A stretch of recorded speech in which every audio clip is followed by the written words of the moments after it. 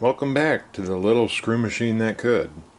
So I have been dealing with this turret timing problem for some time, and lo and behold, the solution was right in front of me the whole time.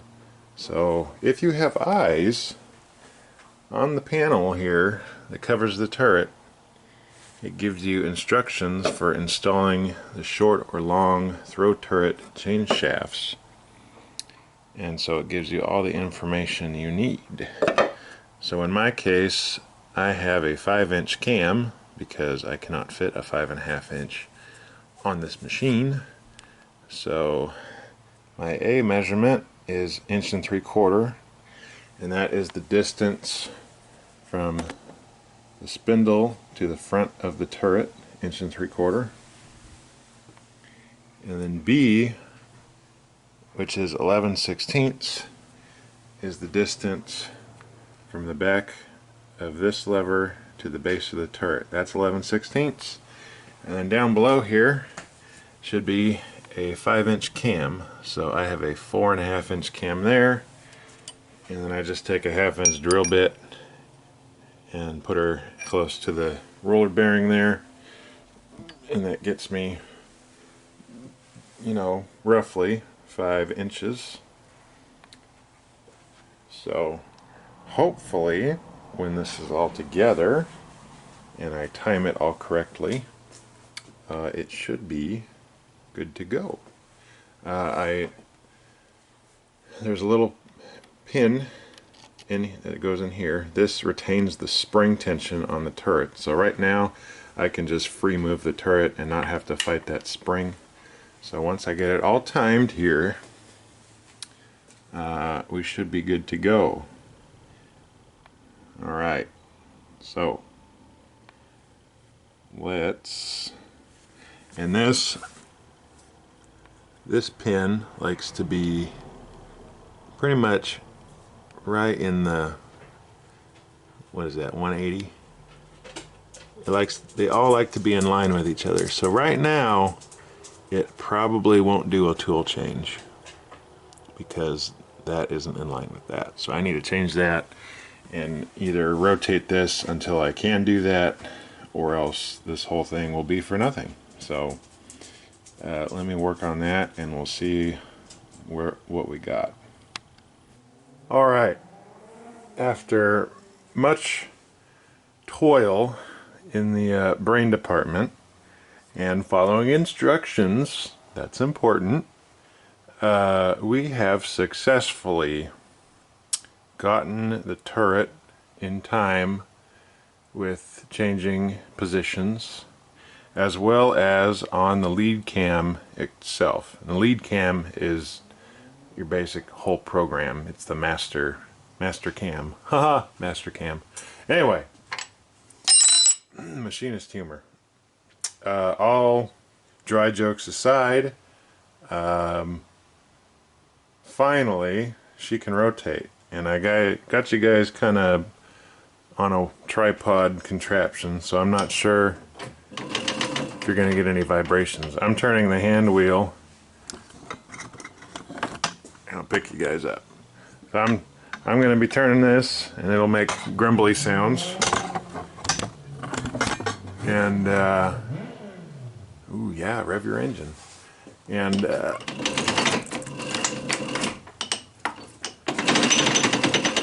she's still a little stubborn.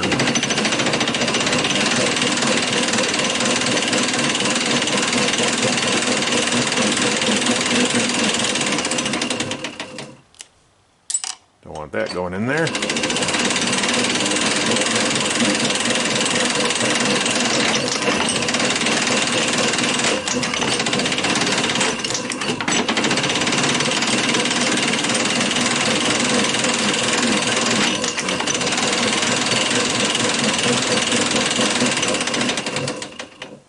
Oh my goodness, you don't know how long I have waited for it to do that.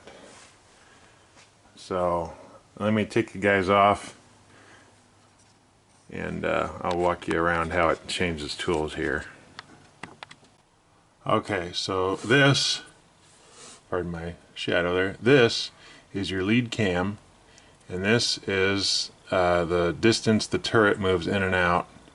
So this is your whole program, and I will go over it in depth more if I'm allowed to, but for now that's what I can show you. So directly above it is a mesh of gears, and that controls how the turret moves in and out. And then over here, this is your changer here. It rotates this 360, this goes into here, and this will spin. This is also unlock. And this machine is cam lube driven, and so it pumps oil up in here, dribbles in here, goes into these wicks that distributes it wherever it needs to go. This one goes across down into the main turret shaft right there.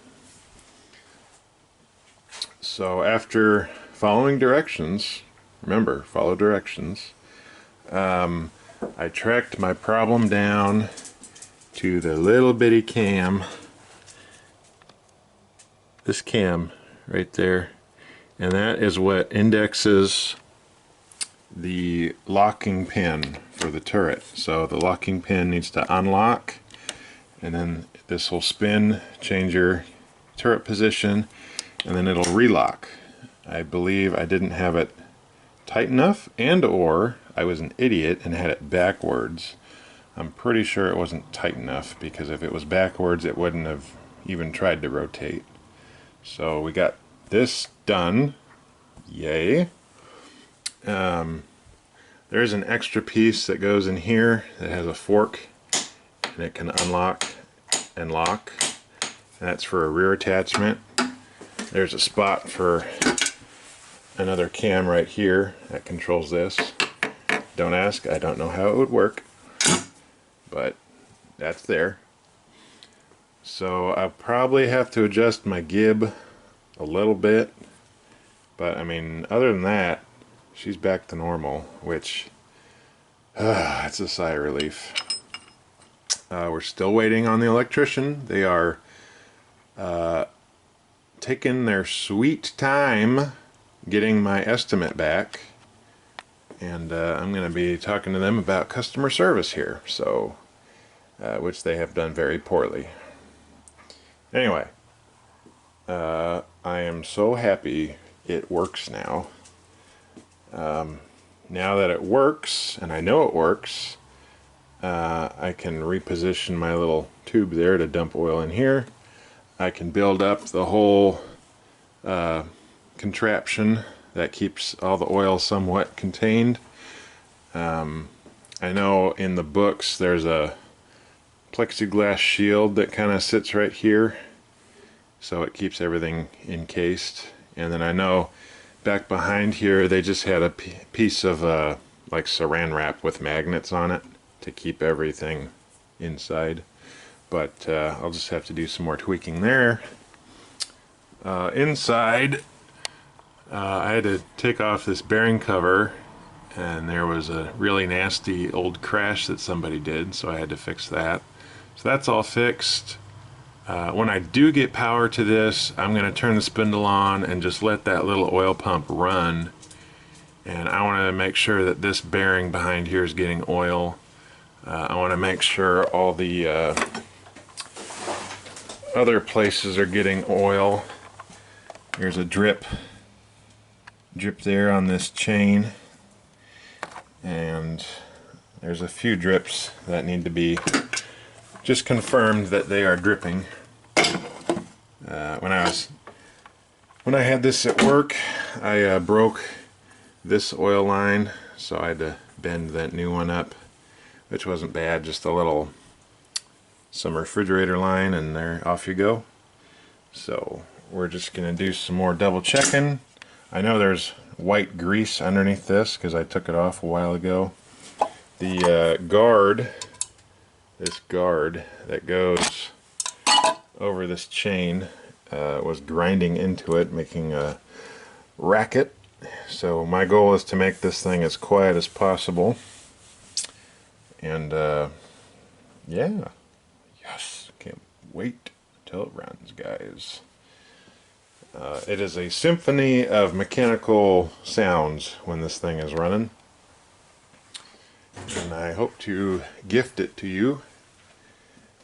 So let me keep working on this. Thanks for watching, guys. Any questions or comments are welcomed, of course. I know these are kind of an oddball in the machining industry, but I am learning just as you. So my knowledge of them is, you know, beginner for sure. I've just read books, and now I'm actually getting to apply that knowledge, which is frankly the best kind of learning experience you can get. Books can only go so far. So thanks for watching, guys. I'll keep you updated. Be sure to like and leave a comment. Like I said, thanks for watching. Sneak peek underneath here. This is all the drive for the spindle. And you have these are two chain tensioners that you can adjust per the book's instructions. And they go to that long one in the back right there. And I think they go to this one. That one. Maybe. Yeah. So, nice clean oil. I'm pretty sure they put brand new oil in it. Yeah, a little bit of sludge on the bottom there.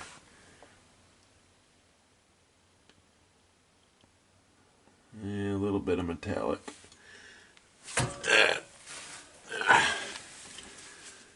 Yeah, at least it's settled on the bottom. This doesn't have an oil pump down here. It just has this flinger, and it just flings all this oil everywhere. So I'm sure yearly it'll probably be good to change this out. I don't know which grade this is. I'll have to look in the book, but that's why you should always get your owner's manual on any machine you get. So it's got one hell of a steel cover though. Holy cow. Holy cow, look at that thing.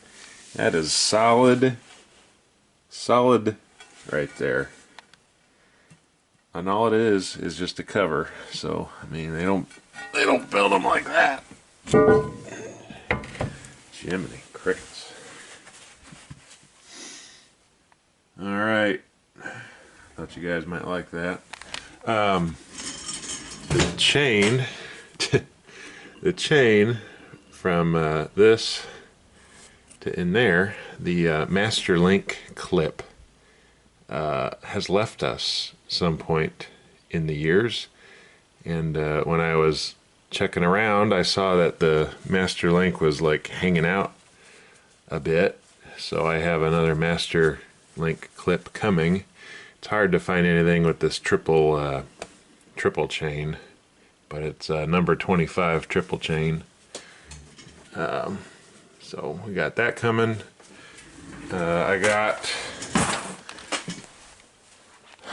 I disassembled the front trip dogs. Since this was sitting outside for 2 months, I did hose it down with WD-40 and it was tarped, but eventually they started to flash rust. So I'm just cleaning those up in some Vaporust. Give those a scrub and a coat in oil. I'm going to be going to Sherwin-Williams and looking at paint. This was originally yellow. I scraped a lot of this off today. This was all blue. They made the inside yellow so you can see it a lot better. And I would like to go back to that and maybe put in some LEDs inside so you can see what the heck is going on somewhat, because there is a stream of cutting oil all up in here. And I got the back cover off this guy, so that's the yellow we're going for. I do like the blue. Originally it was this kind of depressing gray. but I am a fan of the blue, so I'm gonna get some paint mixed up. Hopefully that'll be a darn close color match to this blue. Get a color match to the yellow there, and then the yellow also looks like it's inside of the cover here. I'm not sure how that will go. I might just leave this as is, and then I think it'd be really neat to get some LED strip lights and put them on here. I don't know how well they'll hold up. I mean, any light is good light as long as you can get it. So, I mean, it is pretty bright as is right now, but anything helps. I did take this panel off and straighten it. There's a big old wallop in it. And then here's some quick fix engineering for you. That back panel had oh, I think I threw it away. This coolant line had a frickin' nail. They drilled a hole and put a nail in it and then bent the nail so it would grasp this coolant line here, because there weren't any screws in this valve up here, so this was all free floating. So yeah, talk about some jury rigging. But that's kind of the story of this poor thing. And if you're ever on a manufacturing floor, jury rigging is what they like to do, as long as it gets the part done. So this is the handle here. You can adjust the turret like so. This is part. This goes into that other panel, and then that whole door assembly drapes over this. So anyway, guys, enough rambling. Thanks for watching, and see you guys next time.